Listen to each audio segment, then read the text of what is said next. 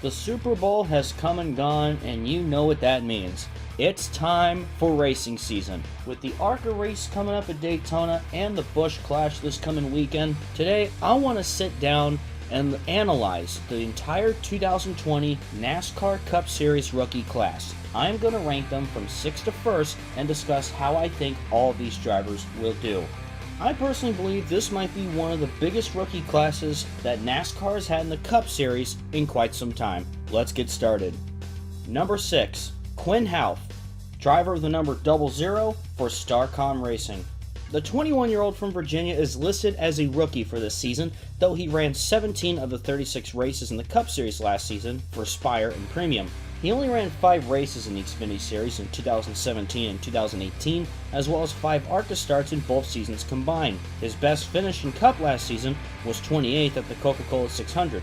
Yes, I may have him ranked last, however, except for the 3 races that involved mechanical issues, he's mainly kept the car clean and has brought it home in one piece. He is still learning the Cup cars, and he will continue to develop this season. He also doesn't have as much experience, which is a bit of a concern.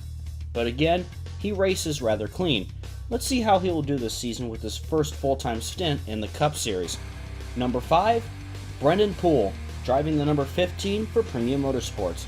Just a few years ago, Brendan Poole seemed like a young prospect in the NASCAR Xfinity Series, driving for Chip Ganassi with sponsorship from DC Solar. You may remember the time where we all thought he wanted Talladega, but he didn't because of the timing of the caution coming to the checkered flag.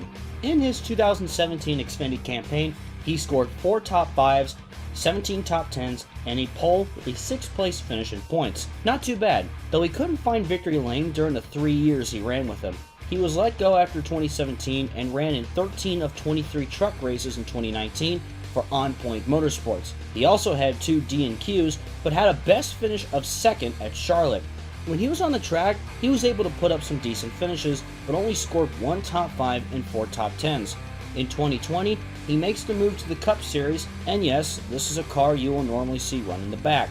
But I ranked Brendan Poole ahead of Quinn House because of his experience. He does have 3 full years of Xfinity racing and some truck racing as well underneath his belt. This could be a situation like Jermaine did with Casey Mears, where Premium might stick with Poole for quite a while and try to develop the team around him. Besides that, I don't see much happening, but I wish Poole and the team the best of luck this season. Number 4, John Hunter Nemechek, driving the number 38 for Front Row Motorsports. I think JHN is a very talented driver. The son of Joe Nemechek was a rather unexpected one, as Matt Tifft was sidelined in the final 4 races of the 2019 season with health concerns. He started out running for his father's truck team and really pushed the equipment, winning 6 races from 2015 to 2018, including in 2017 getting back-to-back wins at Iowa and Gateway, at a time where Nemco Motorsports didn't know if they were going to enter the next race. In 2018, he ran a part-time schedule with Chip Ganassi Racing in the 42, where he scored 6 top 5s, 11 top 10s, and a win at Martinsville.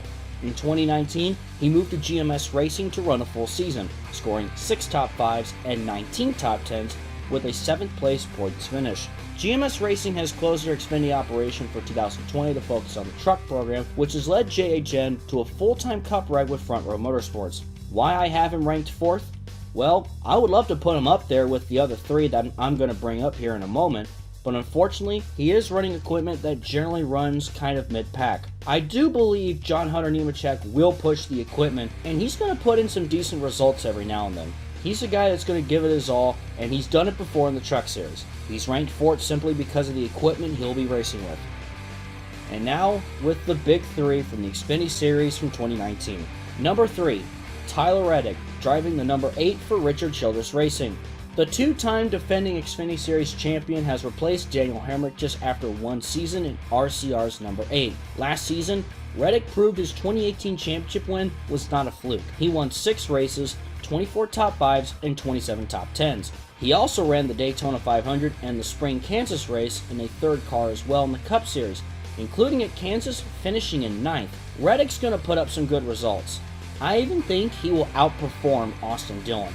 Unfortunately, RCR is not the team they were about 10 years ago. Perhaps Reddick can change that. I don't have him making the playoffs, but I still think he will push the 8 car into some strong finishes. I'm not really sure if he can win a championship in the future with RCR, but time will tell. Be on the lookout for Reddick. Number 2, Christopher Bell, driving the number 95 for the Levine family racing team. Christopher Bell has been one of the top prospects in the past few years. He will be driving for a team that will have even more support from Joe Gibbs Racing and TRD, similar to Furniture Row Racing just a few years ago. Last season, Levine Family Racing had Matt DiBenedetto in a 95, and it was their first year under the Toyota belt.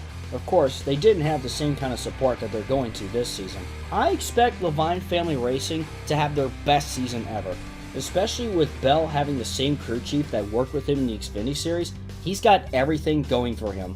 Last season in the Xfinity Series, he won 8 races, along with 20 top 5s and 21 top 10s. I believe Bell will win a race or two, and he will make the playoffs. I think he's going to impress a lot of people from the get-go. Number 1, Cole Custer, driving the number 41 for Stewart-Haas Racing. I do believe the Rookie of the Year battle will come down to Custer and Bell. Stewart-Haas Racing had a bit of a down year in 2019 after having such a dominant season in 2018. Last season, Custer won 7 races, 17 top 5s, and 24 top 10s in the Xfinity Series, which is pretty much considered a breakout season comparing to his 2 seasons prior. He also ran 3 Cup races in 2018 for Rick Ware Racing. I have him first on the list with him driving for Stewart-Haas. However, I can easily see the argument of Bell being number 1. Pretty much Bell and Custer can be an argument for 1 and 2, but I do think Custer can win a race and sneak into the playoffs along with Bell. If not, I'd say you give him a couple years and he's going to be contending for wins in the playoffs even more.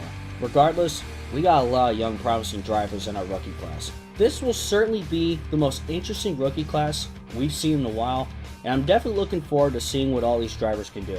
Kind of has the vibes of the 2006 NASCAR Cup rookie class that involved, Clint Boyer, Martin Truex Jr., and Denny Hamlin. What do you guys think? How do you think these rookies are going to do from not even just a rookie season, but also beyond? I'd like to hear what you guys think. Feel free to comment down below. Thank you guys so much for watching, and I will see you guys in the next video. One more thing, I also recently started up something called Coffee, I think it's called. I hope I pronounced that right. It's similar to Patreon. Feel free to check it out if you want, and if you don't want to, that's completely fine. Thanks guys, see you next time.